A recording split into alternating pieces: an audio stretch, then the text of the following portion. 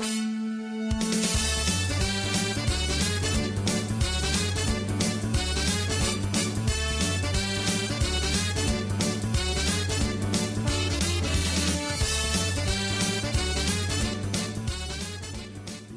it's What a Boast, a celebration of Reeves and Mortimer. Please welcome your hosts for this podcast, MJ Price and Paula Wiseman.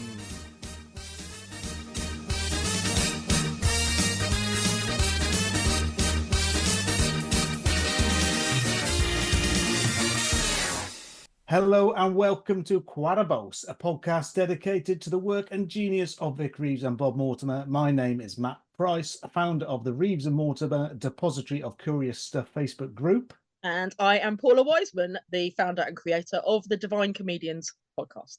Today we are joined by an actor, writer, comedian, singer, presenter and author with an extensive, very impressive CV to his name.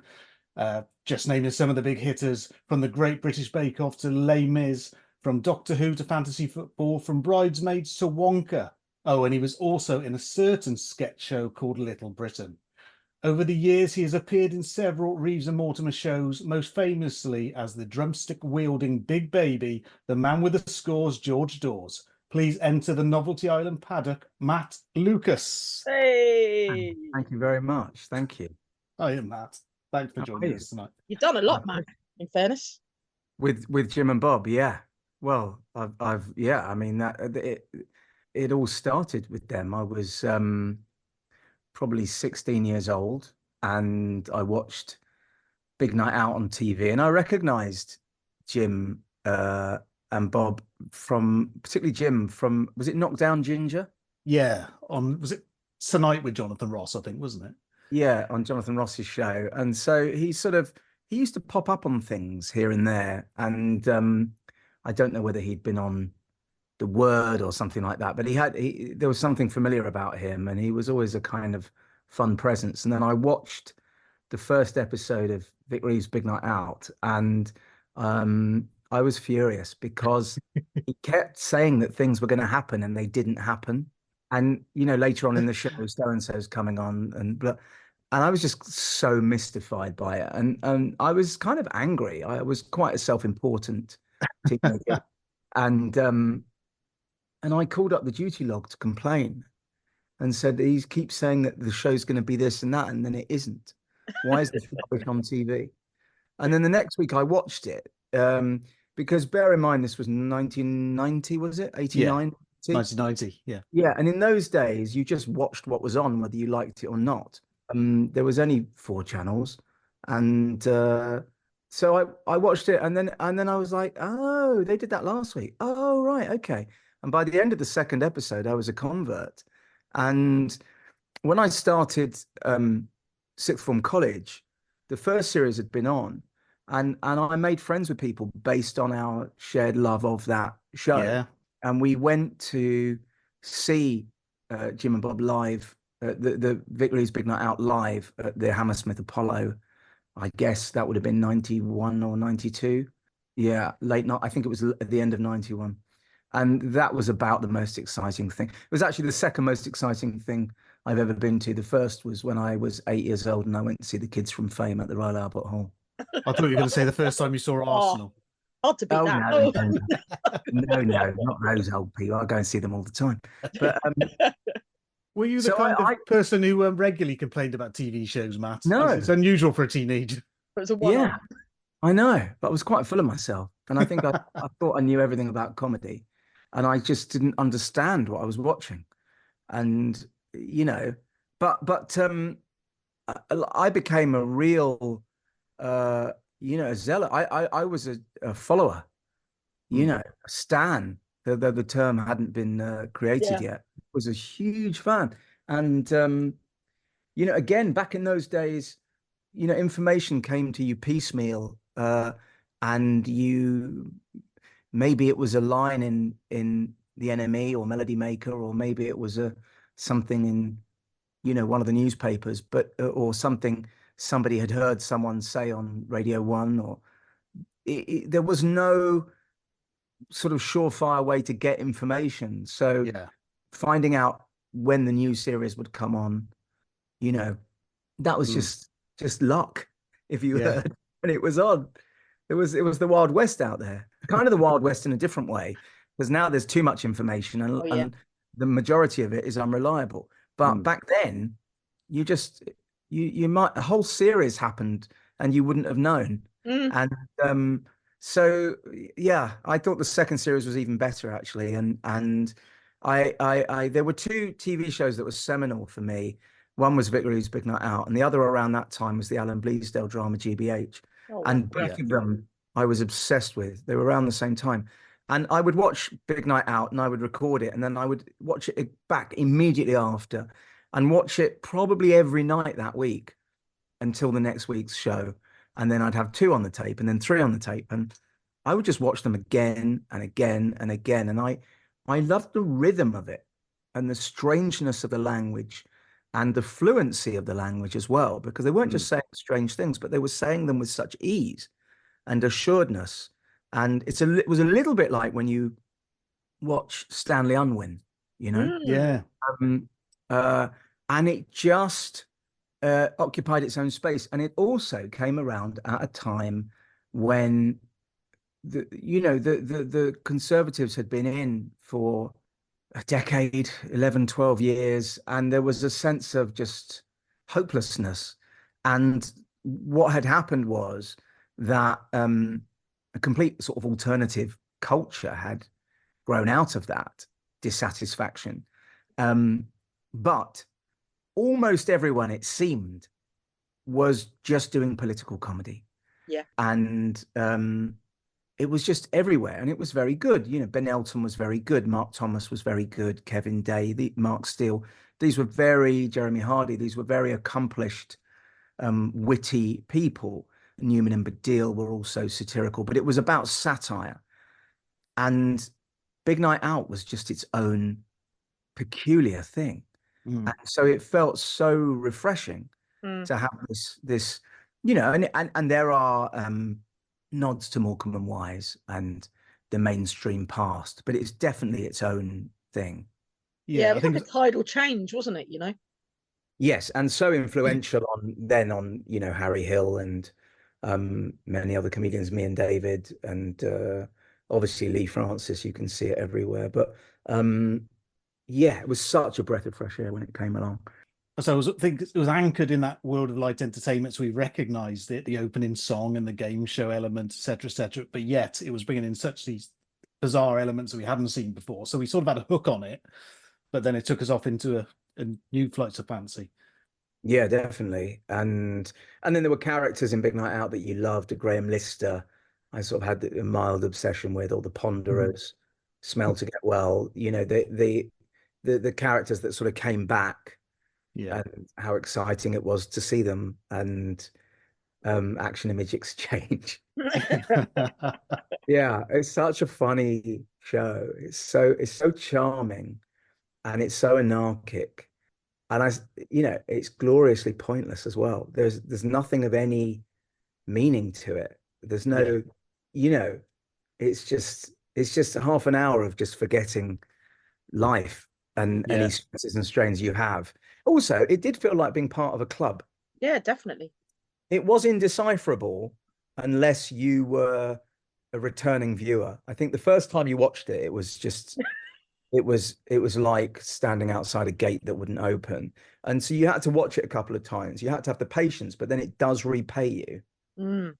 So I remember telling a friend of ours, me and my one friend were really obsessed, and there was another, and the 3 of us who never watched it. We said, please watch this show.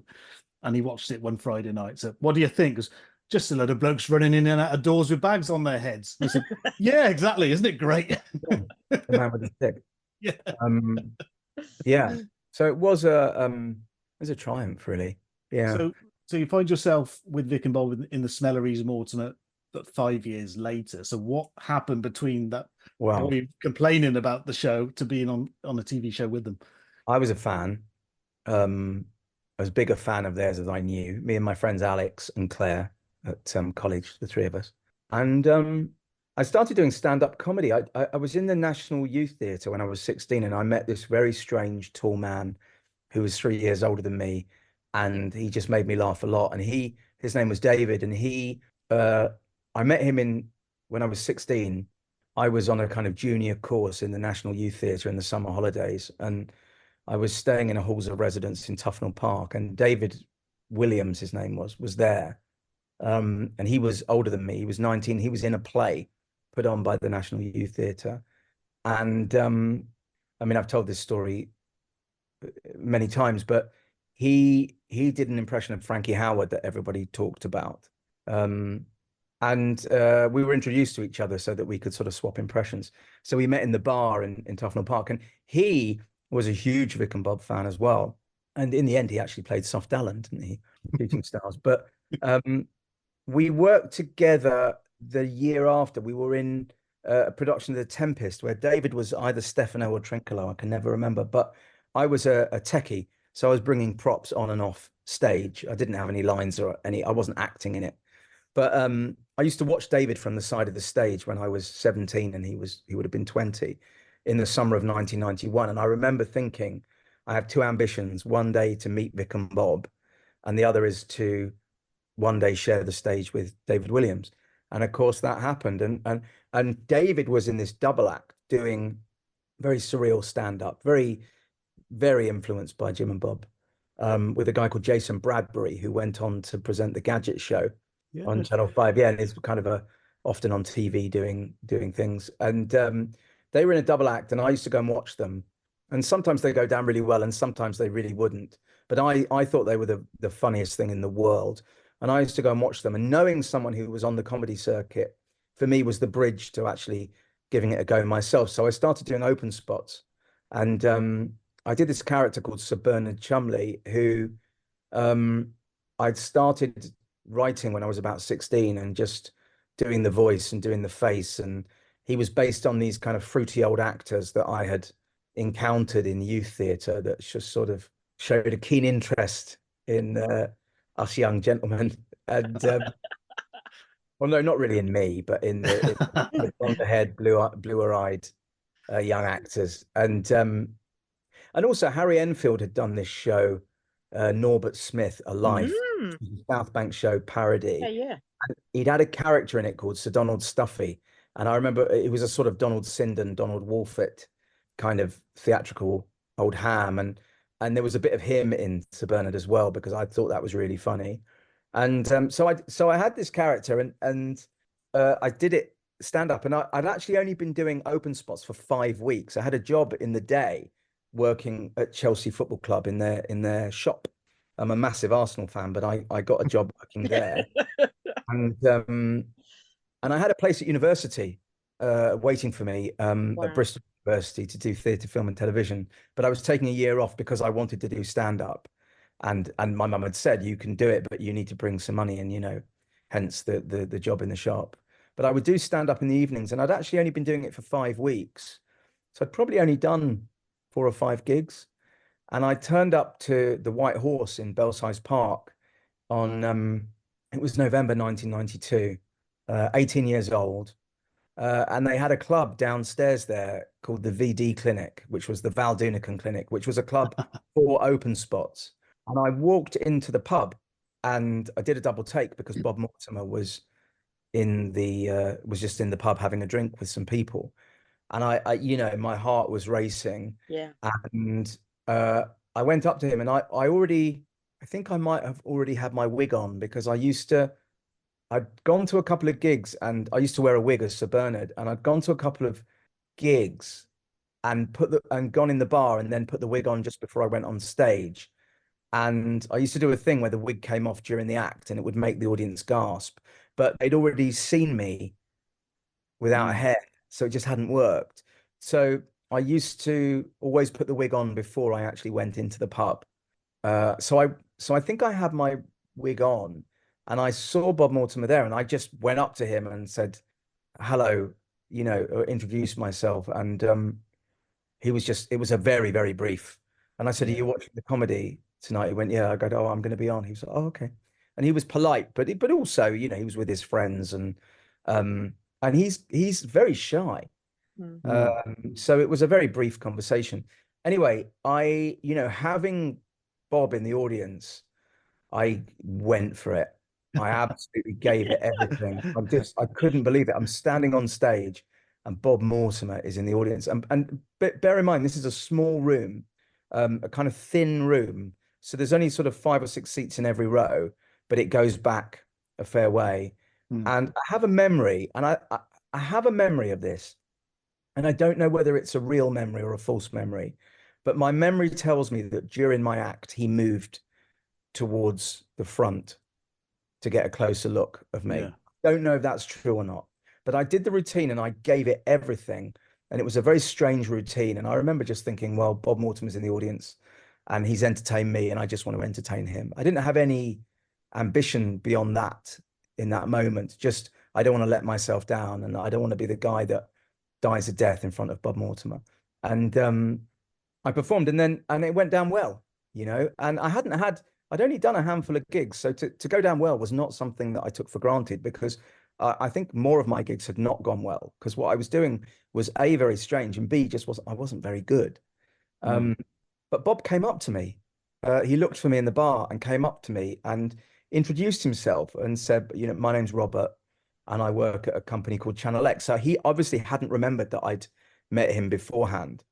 I guess it hadn't registered with him because it was I literally just shaking his hand.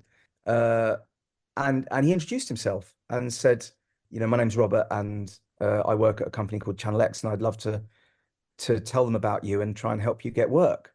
And he wanted to know a bit about me. And I was like, well, you don't have to introduce yourself. I know who you are.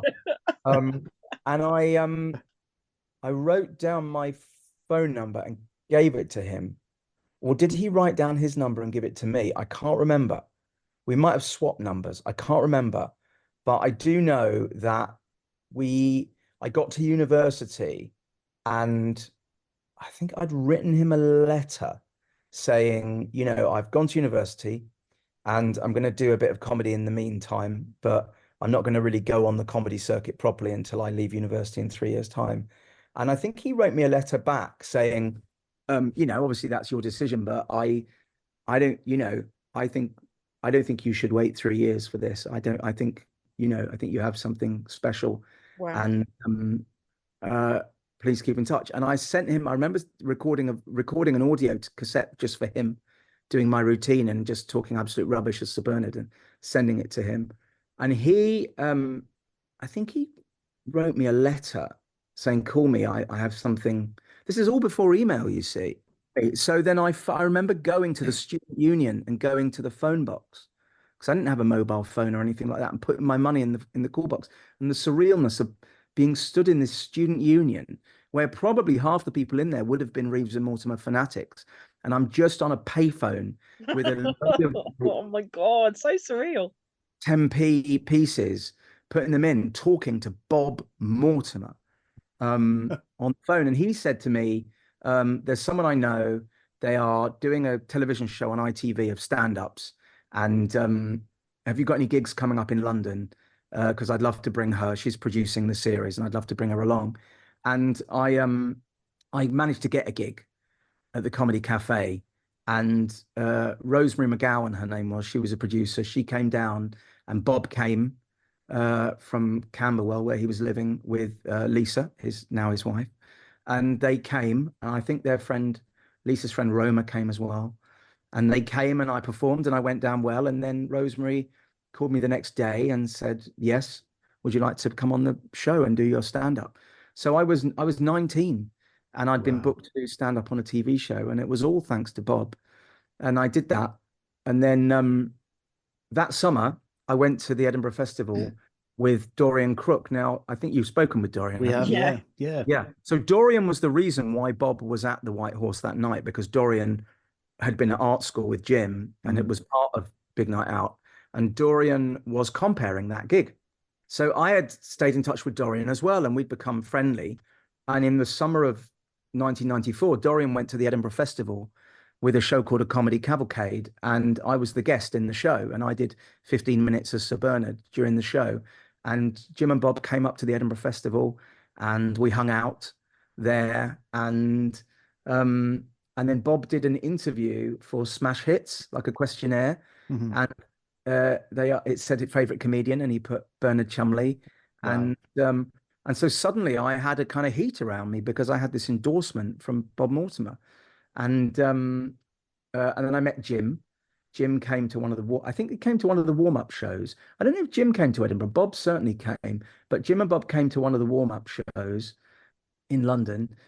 And then in 1999, and then I went to a recording or a couple of recordings of The Smell of Reeves and Mortimer Series 1. Mhm. I sat in the green room and watched the monitor.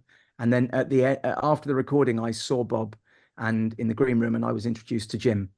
And I think that might have been the first time I met Jim. And I just remember his accent was very strong, and he'd had a few drinks already. I remember finding it quite hard to understand him.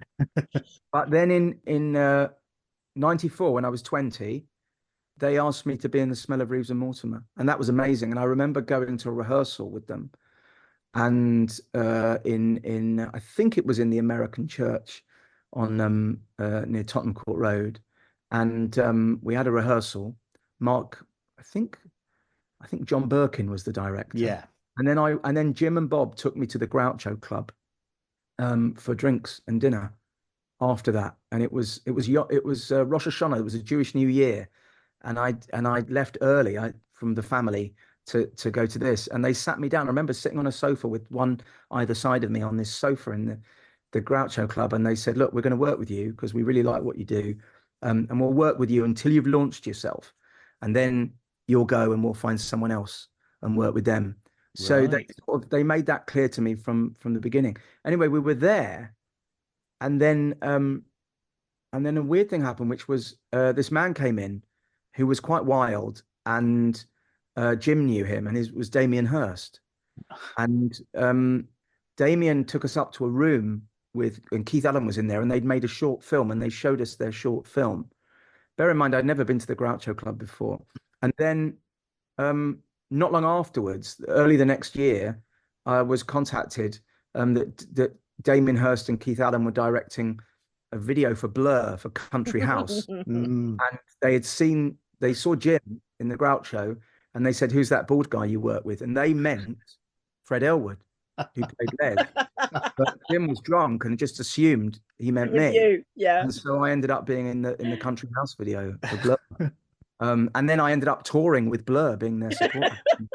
Yeah. So weird how things happen. But I was in The Smell of Reeves and Mortimer, and I played John Stott, the Stott's younger brother. That's fantastic. Amazing. I was in the pub inside the organ, which I loved. That was great, although Jim broke wind in there, which wasn't great. Dave Keir, who was Uncle Peter, was so lovely, because here I was, the new boy being feted, and I didn't know whether he'd feel like, oh, who's this guy coming on? Mm. He never felt like that at all. And I used to go and gig with Dave as Charlie Chuck, and I do Sir Bernard Chumley, and I used to support him sometimes, and he was lovely. And Mike Wattham, I remember, was on the shows. He was very nice. And Jim and Bob's friends were really friendly. There was a guy called Andy Blackie, and of course John Irvin, and they were just always so welcoming and friendly. And so I did that series of The Smell of Reeves and Mortimer, and I was in I was Quentin Mint. I won MasterChef in greatest sketches, and Walliams watched it and had a terrible nightmare that night. On the Rowena Banks. Yeah, and we were writing the next day, and he was like, "I'm really traumatized by this." Yeah, Rowena Banks with the breakfast that's cooked breakfast, the face of Jesus, isn't it? Yeah. And you were the mayor to Cox and Evans. I was the mayor. And then we did these sketches which were never used. I don't think they were ever used. We spent ages filming them, where we were this American family, and they were these spoof TV commercials. And I don't think they were ever seen. And I've got a feeling we reshot them and they were still never shown. It was just amazing to be on a TV set as well, because I hadn't really, I'd done one sketch in the Punt and Dennis show, and I'd done a couple of stand-up appearances, but I hadn't really been hired to act in anything before. And I was still only 20, and I was a young 20 as well. So, I mean, I owe them everything, my confidence, my education, and then Shooting Stars happened, and they did the pilot for Shooting Stars, which I wasn't part of. Yeah. On that, was it? It was on with Vic and Bob. At Home with Vic and Bob.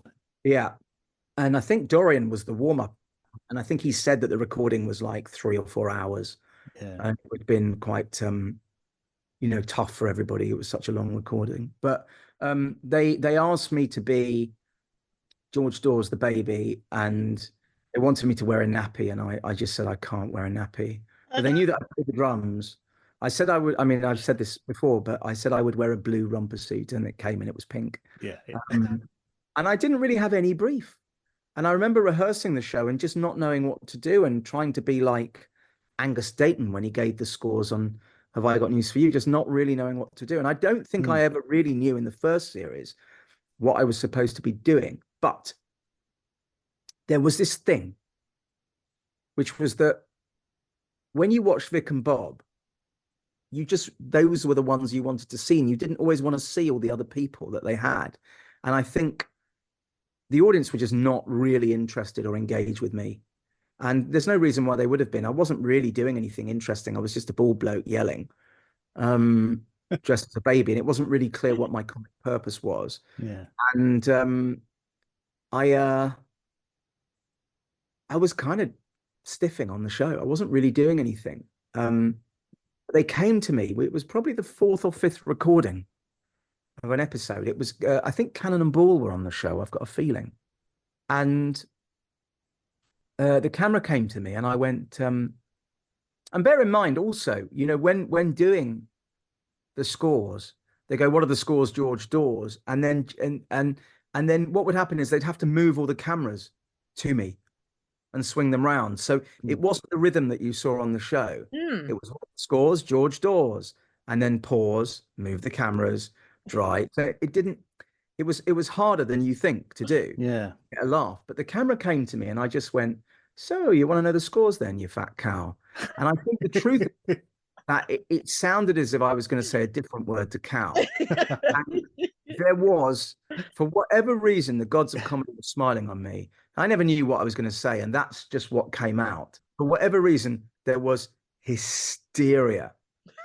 That was the response, was hysteria. And then for the rest of that recording, everything I said, the audience were just with me and on my side. Yeah. And it that was the moment I sort of came of age, really. But it wasn't until about halfway through the recordings. And the other thing that sometimes happened was we'd be recording the show, and time was running out. The recordings would be overrunning, and they'd reshoot all my scores at the very end with the retakes, and the audience would be just leaving while I was doing them. Wow. On the first series. But when the second series came on, there was a familiarity. Now the audience knew who I was. They were at peace. And I got a bit better and a bit bolder and a bit more daring. And by then, I guess everyone realised that the scores didn't really matter. The quiz element, who's going to win, isn't really important. Yeah, and we all got more comfortable. And the other thing I think about the second series, I've got a feeling that the second series had this run. It was like about 14 episodes long. Yeah, it's a long one. It's a long run. And I think there is just that thing, which is we just bludgeoned the audience. Yeah.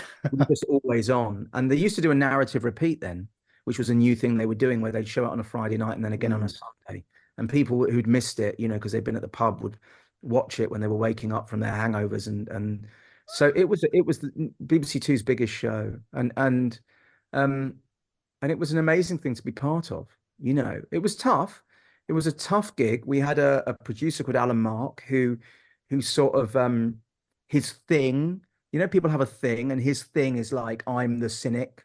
I'm the kind of, I'll tell it how it is bloke. He's the guy that whenever you saw a TV show, we'd come in to record and we'd always be talking about whatever the new comedy show was that week, whether it was Lee Evans or the new David Baddiel show or whatever, whatever was on. And his thing was that just automatically he thought everything was crap. But really, I suspect he thought it was crap because it wasn't made by his company. Do you know what I mean? Yeah, That was his kind of thing. So sometimes it was really refreshing to have somebody like that who was very unromantic and was very kind of blunt. Sometimes you need someone who's blunt. I work on Fantasy Football League now, and our producer Spencer is really blunt. But Spencer, if something's funny, he'll laugh, he'll roar, and then okay, we've got a chance with this. I think Alan's thing was, to be blunt, but Vic and Bob loved him because what Alan did have a brilliant ability to do was that, when you're making a show on a small budget and you need to spend £15,000 on a hammer made of jelly or whatever the hell it is that Jim and Bob have asked for, he's the guy that will make sure that that gets made. He's the guy that says, no, if that's what they want, that's what they must have. He knew the value of those weird requests, even when they were expensive. He got it. And he was like, no, if that's what they want, that's what they must have. And he was brilliant at that, Alan Mark, so he was invaluable to the show. And then I got to know Ulrika, and she was one of the most famous people in the country at the time. She was more famous than Vic and Bob because she was presenting Gladiators, or she had just presented Gladiators, and she was the darling of the tabloids. She was written about every day. So she was the highest, she was the star of that show in a way. She was the biggest one. Yeah. And of course, George developed over the series, and eventually George's songs started to appear. Some of my favorites: Life in Old People's Home, 1942. 1942. Yeah. Lesbians, of course. The Lesbian Calypso was written by me and David. Oh, was it? Walliams, yeah. And we used to do it in Edinburgh. And almost all of the songs I wrote the words and music, but the Lesbian Calypso, the tune for that was written by a guy called Tim Atack, who used to appear in our stage show as our pianist when me and David did our shows in Edinburgh. Yeah. I just started doing funny songs, and I think what it was, we'd done the Lesbian Calypso in our Edinburgh show, me and David. And then I said, oh, do you mind to David if I do it on Shooting Stars? He's like, no, I think you should. That's a really good idea.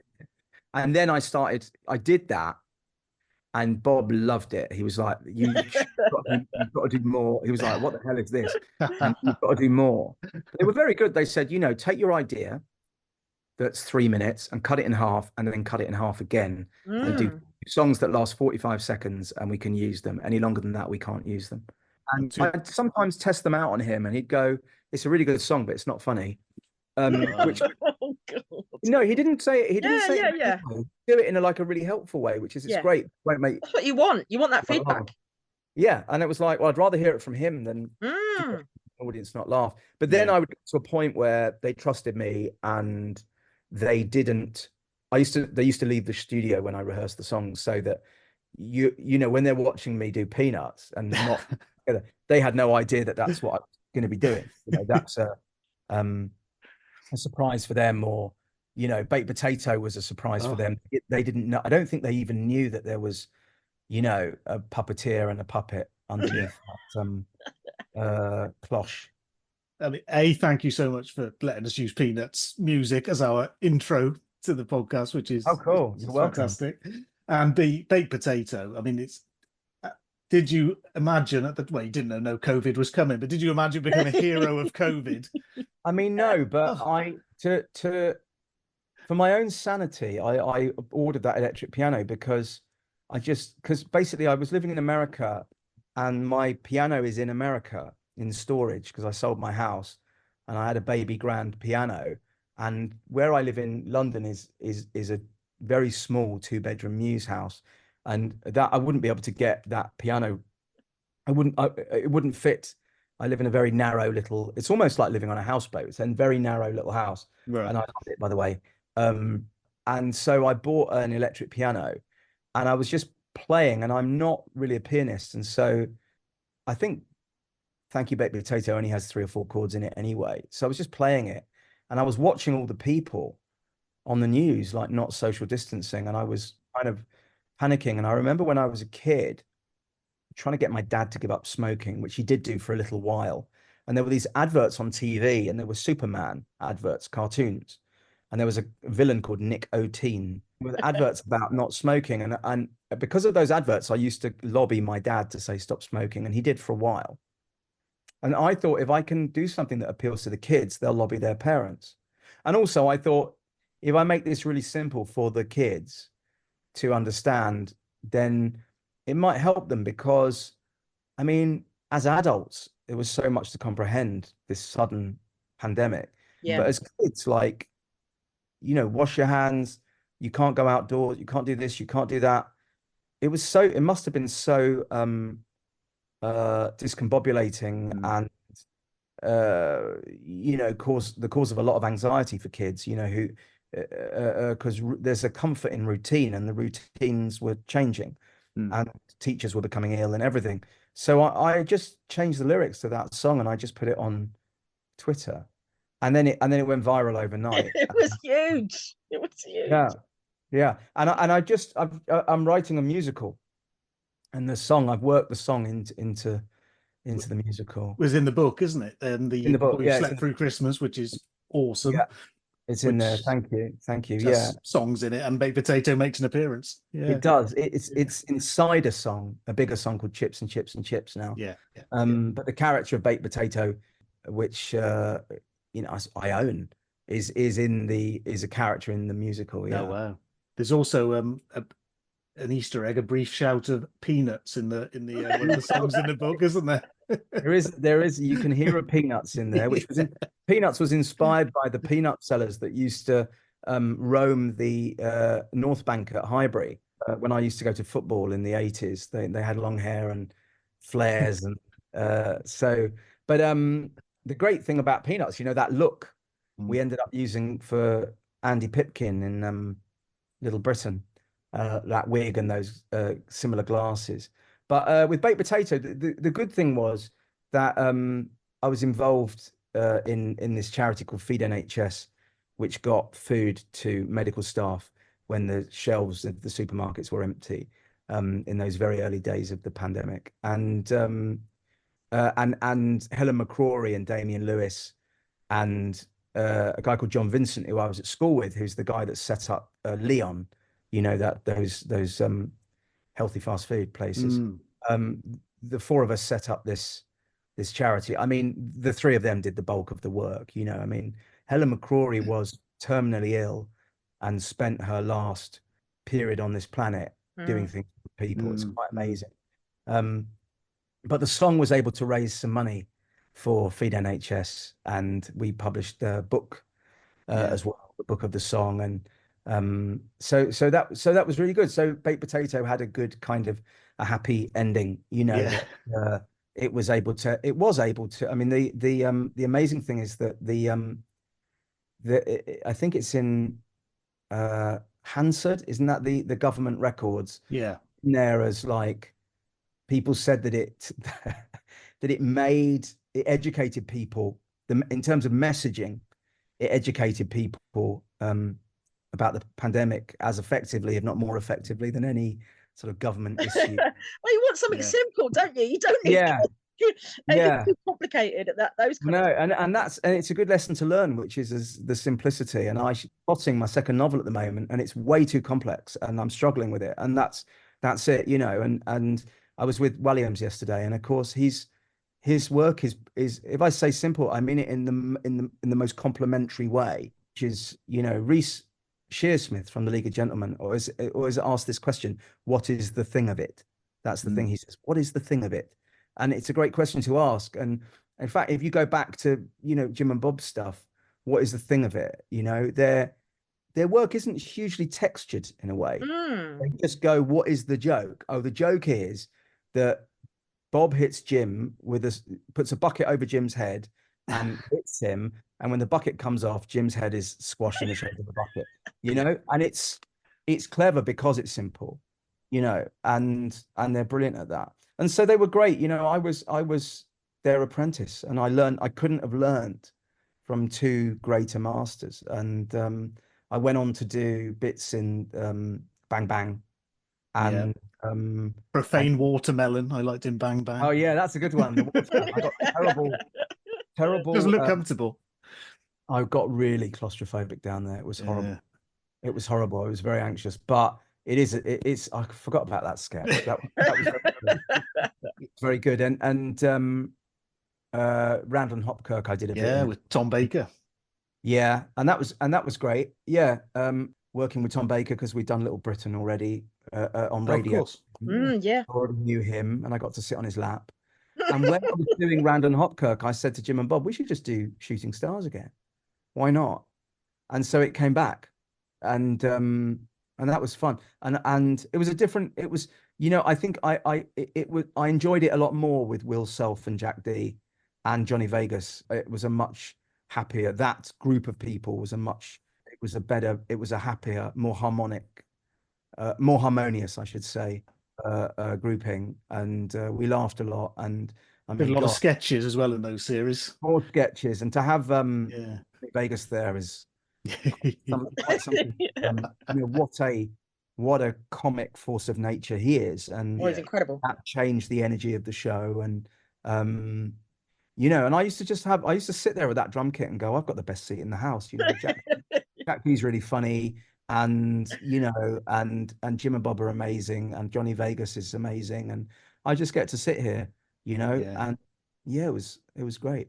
Also, when Shooting Stars began, I was paid 450 quid a show, and when it came back, I was paid a lot more. So I was also Always helps. when it came back in 2002, I was starting to, get a bit. Little Britain was on radio, I think, then. And then it came back again was it 2008?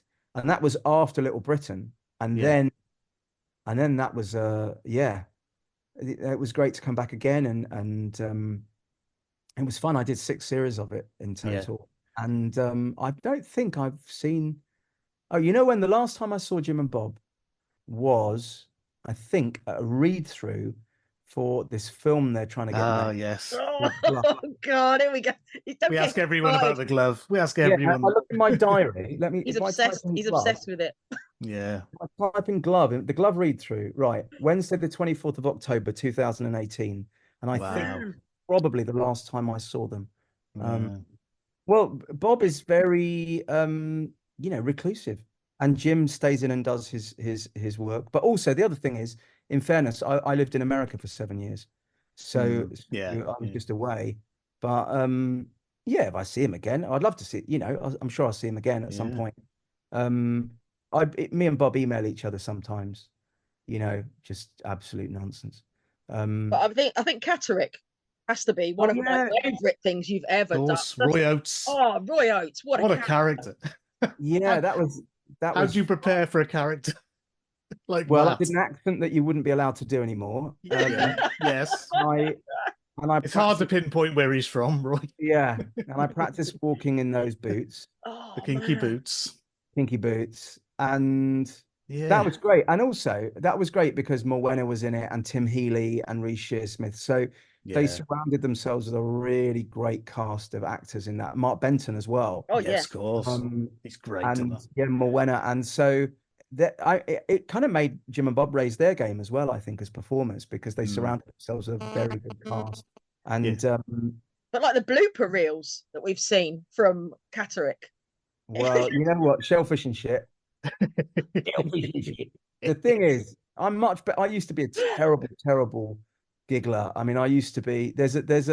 I nearly died on Catterick through laughing, and I'm much when I'm with Vic and Bob, I just lose it and I just can't stop laughing. Oh, you know what? I did do when they brought Big Night Out back. I'm in the pilot. I don't know, that might Rag and Bone Man.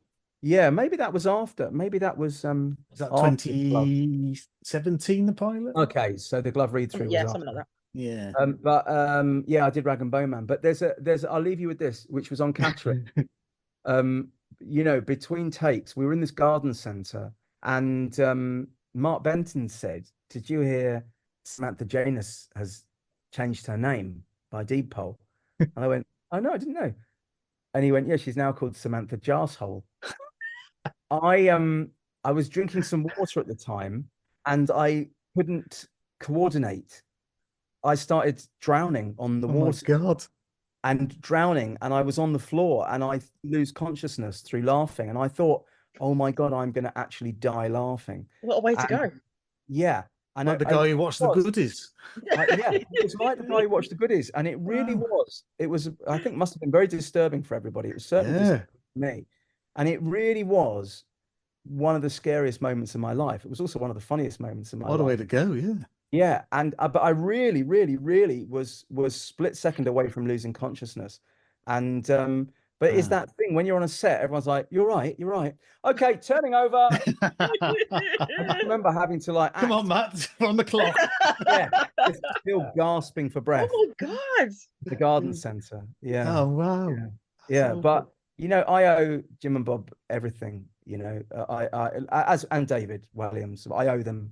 Those three people, I owe them everything, really, and what the confidence it gave me just as a human being to be endorsed by them, and the fun we had over the years. And I used to go to used to go to Jim's house and stay over, and I think the only person who's ever been to Bob's house ever, I think, is Dorian. I think Paul Whitehouse went once.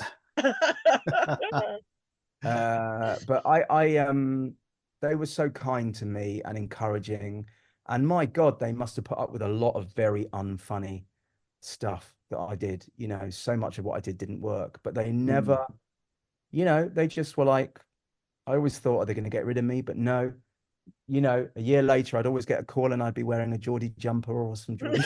No, but there was so much trust involved in you working with them. Do you know what I mean? Like, they obviously loved what you did and trusted you to do what you do, you know? They did, and they trusted me probably before they ought to have done.